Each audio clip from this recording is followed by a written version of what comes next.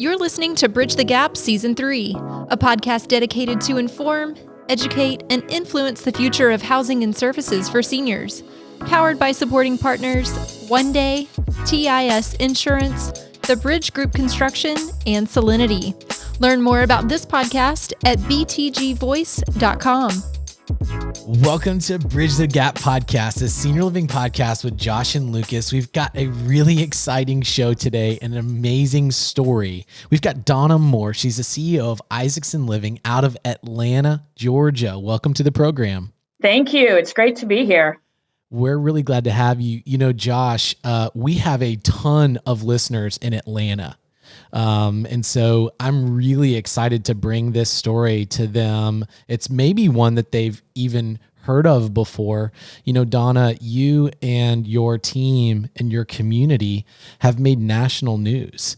You guys you did 75 days of a lockdown at your Park Springs community. And before we get into that, Donna, it's an amazing story. Tell us about your career journey and how your love for older adults has grown. So I grew up on Army bases in Germany and Japan.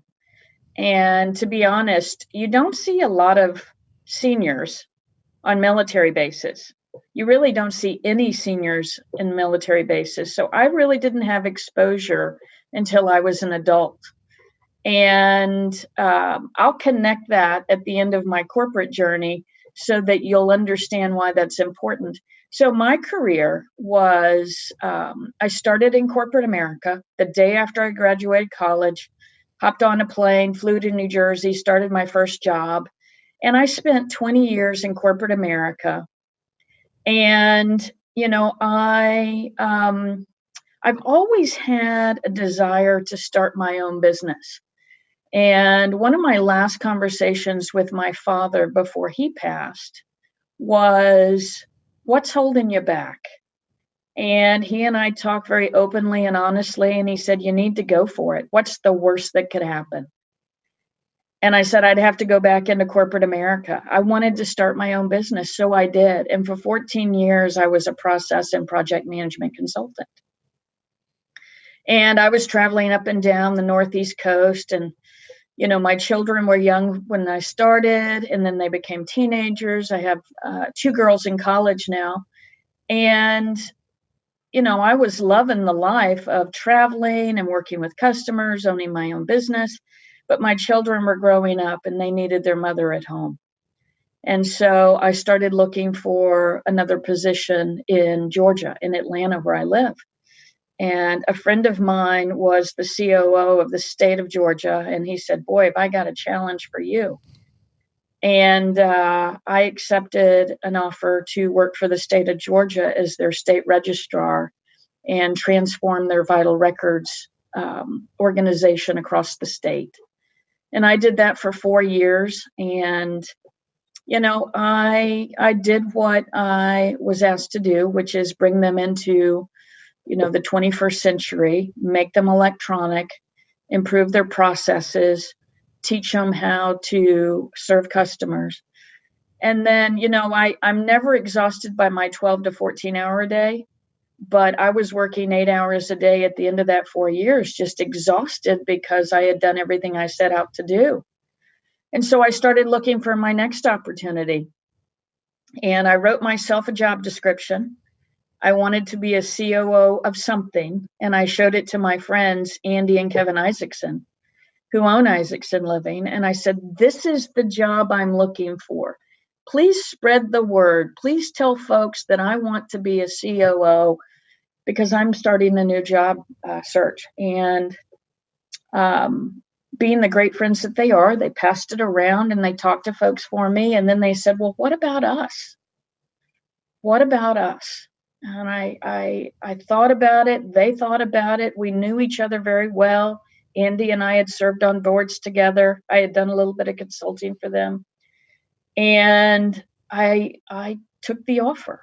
And what really drew me to the senior living industry is that when I was that young person growing up on military bases where we didn't see a lot of seniors. When my father retired and I got to meet my grandparents and interact with my grandparents, I just fell in love. My grandmother became my favorite person on the planet. And, I enjoyed hearing her stories, and I enjoyed spending time with her and learning from her. And even when she passed on, I was her caretaker. My mother and her sister and I would take turns, a rotation, spending the night with her, taking care of her and her husband. And, I just fell in love with the idea of taking care of seniors. And I wanted the opportunity. So that's how I made my way to Isakson Living. Wow, that is such an awesome story, and I know our listeners are going to love hearing that as well.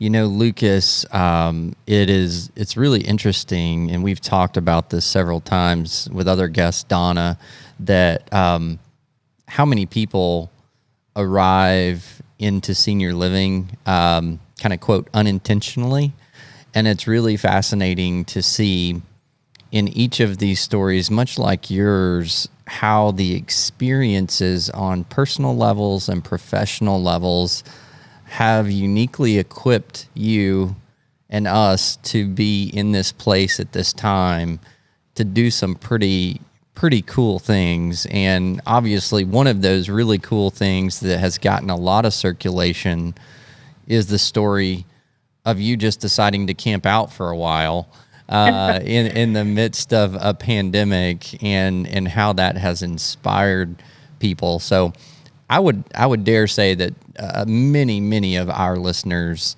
have seen something of this story. But what a privilege it is to have you on the show today to talk kind of firsthand about some of that. So thanks for being with us. So kind of walk us, now that you've been in your company, and I'm sure, like many people, you were moving along just like all of us, with nothing like a pandemic on any of our radar just a few months ago. And then we're faced with even more challenges than we had, and then you responded to it in the way that you did. So can you kind of walk us through the last few months and what that's been like for you? Sure, happy to. The journey for us really started in January and February, and watching what was happening on the West Coast and Washington State. And, as operators, we're used to infection control. We know how to wear PPE. We know how to handle C. diff. But we have never seen anything like what was going on in Washington State. And in February, we started the conversations here with my leadership team at Park Springs. Started the conversations of, what if this finds its way to Georgia? Because, it found its way from China to Washington State. And we just started talking about, are we prepared? What if? How would we? What do we know? What do we not know?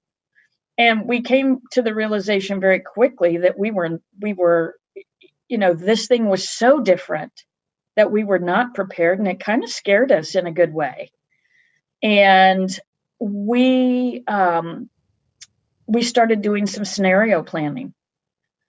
And the one article that I read out of the Washington Post very early on convinced me that the single most important thing I, as a leader, could do, that we could do at Park Springs, was to limit human traffic. And that one seed of an idea became our strategy. And even to the point where we started dreaming and scheming about, to what degree can we limit human traffic? And we decided that the best opportunity to keep COVID off our campus would be to lock ourselves in our campus. And, it's radical. And didn't know if we would get the support from our executives and our owners. Didn't know, just how we would handle it. How would we manage all of our services? How would we feed people? but we knew it was the right approach for us.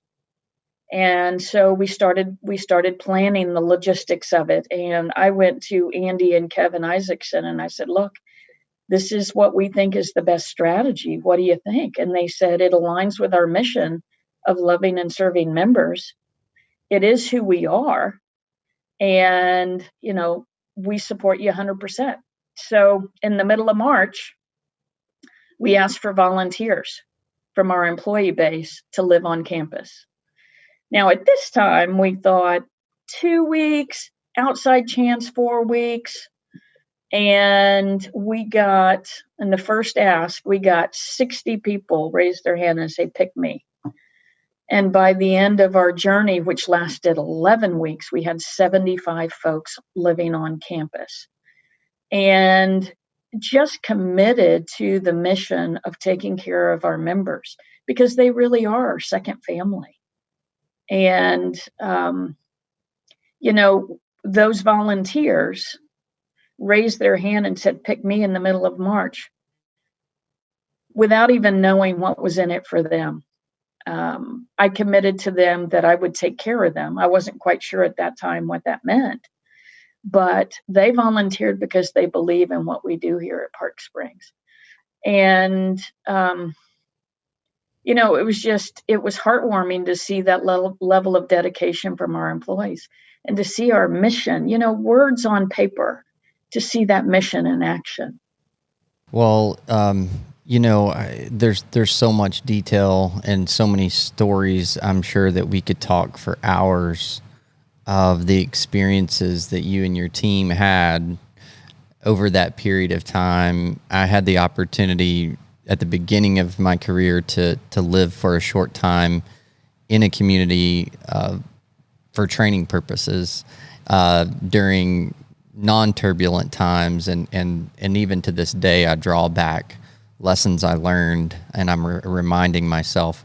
Can you share maybe some of the things that, as you revisit this time in your mind, some of the themes on maybe leadership or impressions that really stick out to you about this experience? I'd love to. The first one is that our household model of care is really a phenomenal way to manage through this crisis, because we have households that are set up like homes that have 18 members per household that live in private bedrooms with ensuite. And we have a personal chef and a dining room for that household and living areas and outside areas. But that really became not just a household, but became a family.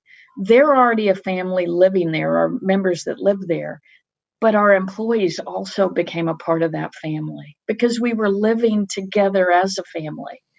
And after the first 2 weeks that we were in those households, we could take off the mask and we could hug and touch and hold hands and, with our members. So I think the household model of care with separate entrances and exits helped us to control infection.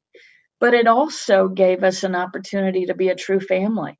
They were away from their families, we were away from ours, and we found each other in that experience.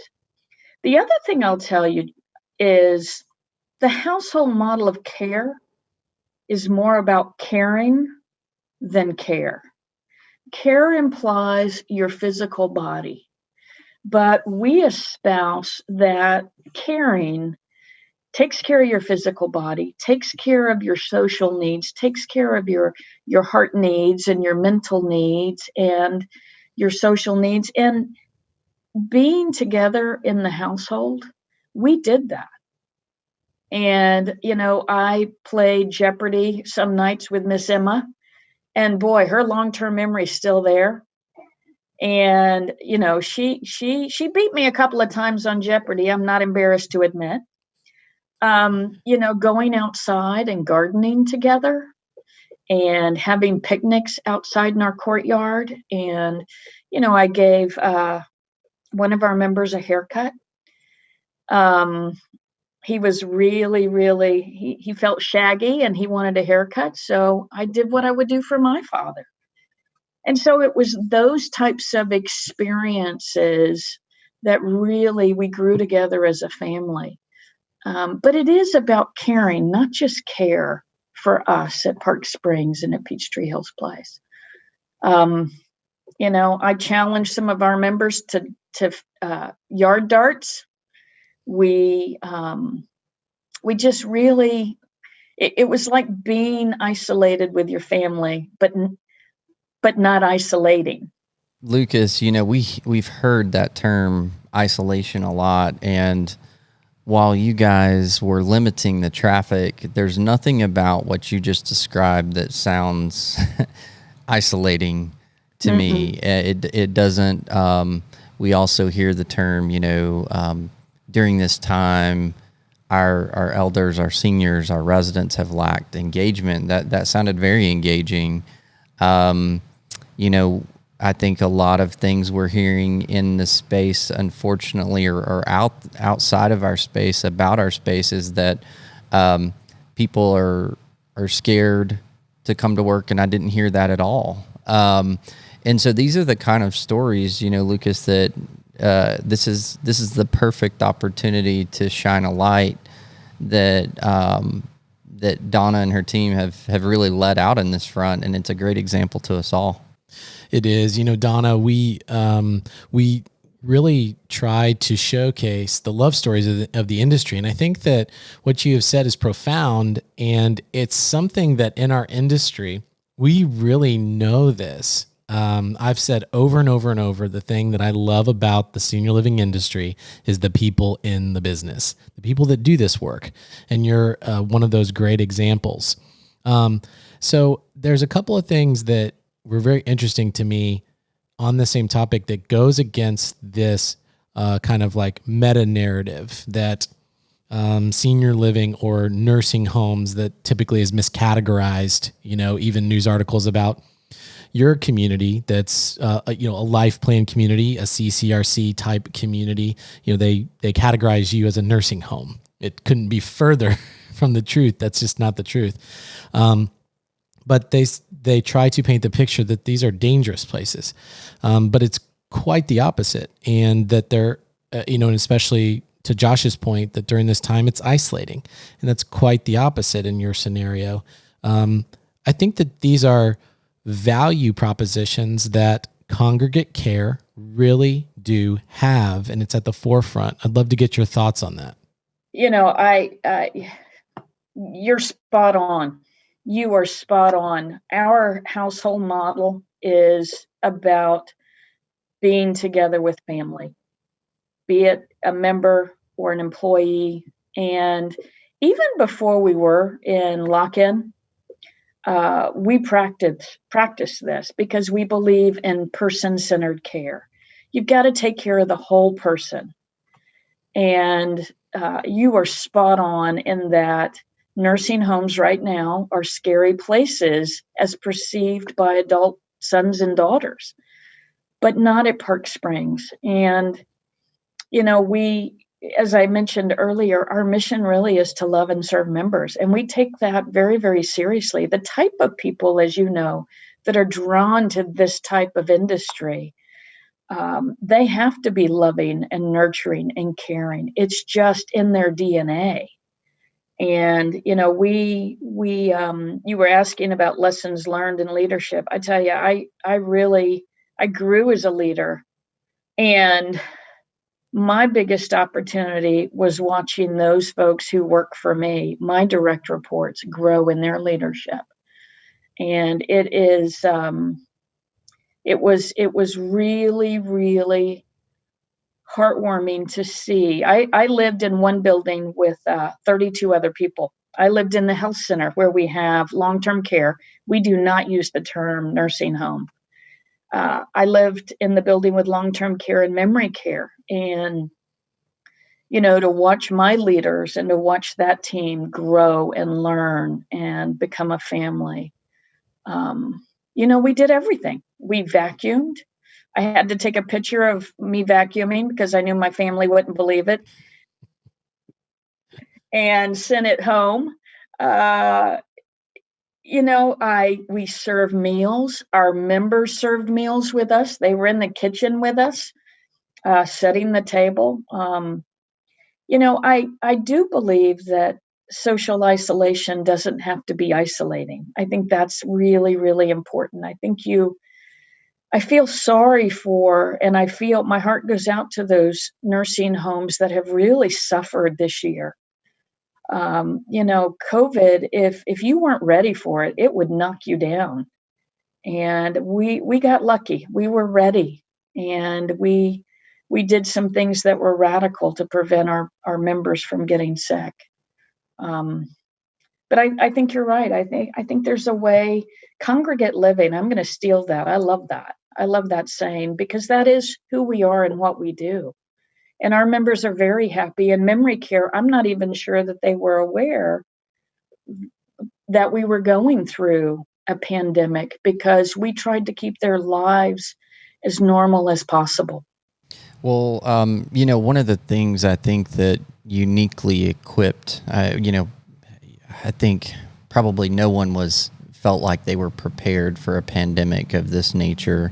But one of the things is evident to me from your hearing who you are, how you got to where you are, the mission, how the team rallied, is that you had a culture in place that was already on board with the mission.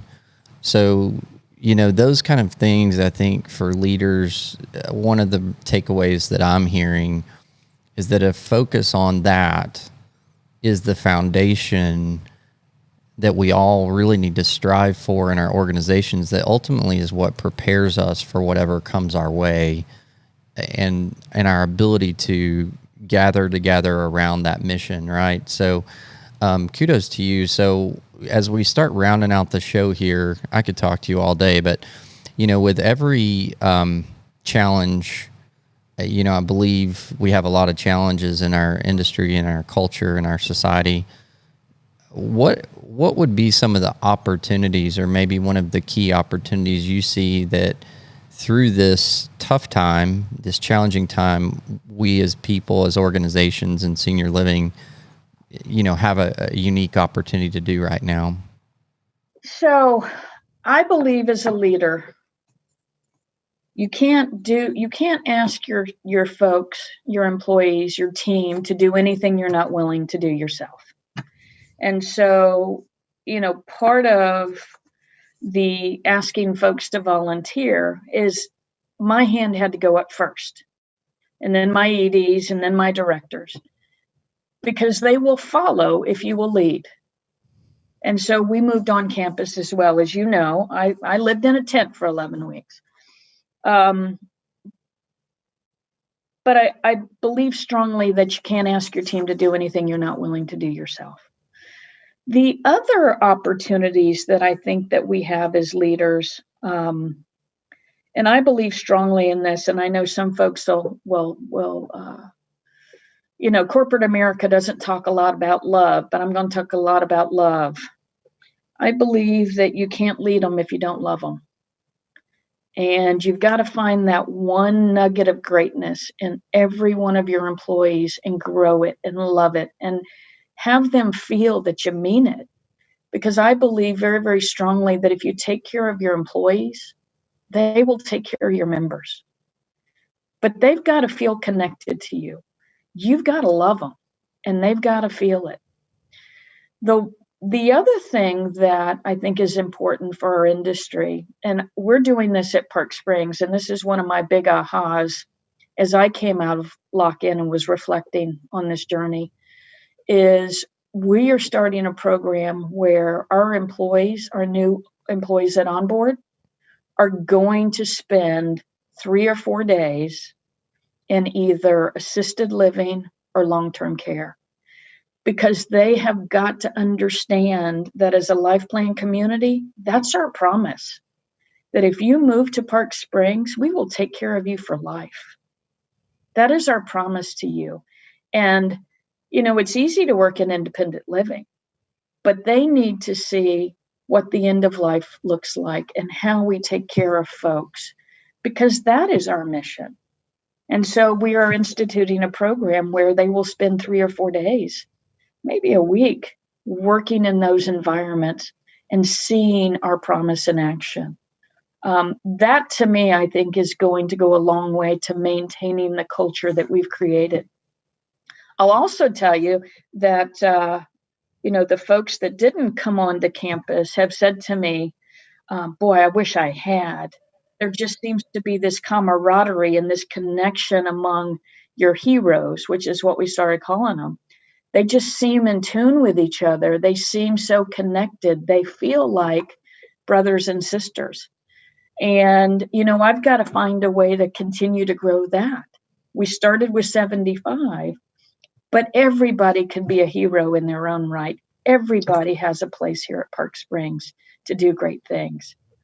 So I think those are kind of my leadership lessons. Wow. Donna Moore, great leader, great story. We're so privileged to have you on the program, for you to come and share your story about your Park Springs community and to share the story about your entire team. So thank you for being a great representative of that, a great steward of our industry. And thank you for, when you ask for volunteers, being the first one. Thank you both for having me today. As you can tell, I could talk all day long about the team here and what we went through and just what a privilege it was to be a part of it. We will never forget it. And thank you for giving me the opportunity to share their story. You got it. Josh, our listeners are definitely going to want to connect with Donna and learn more. So we'll do that in the show notes. And, to all the people out in our industry that are working in this capacity, this is a common thread that binds us, is that there are so many people, frontline workers, and in the community that are doing this type of work every day. We all three of us, I know for sure I can speak for the three of us, is that we care for you, we're thinking about you, we're rooting for you, and you are our heroes. And don't ever forget it. So to all of our listeners, have a great day, and thanks for listening to another episode of Bridge the Gap. For a full library of episodes, merchandise, and the 2020 conference tour schedule, visit btgvoice.com. Join the conversation on social media by following @BTGVoice, and we'd love to hear your thoughts on this episode.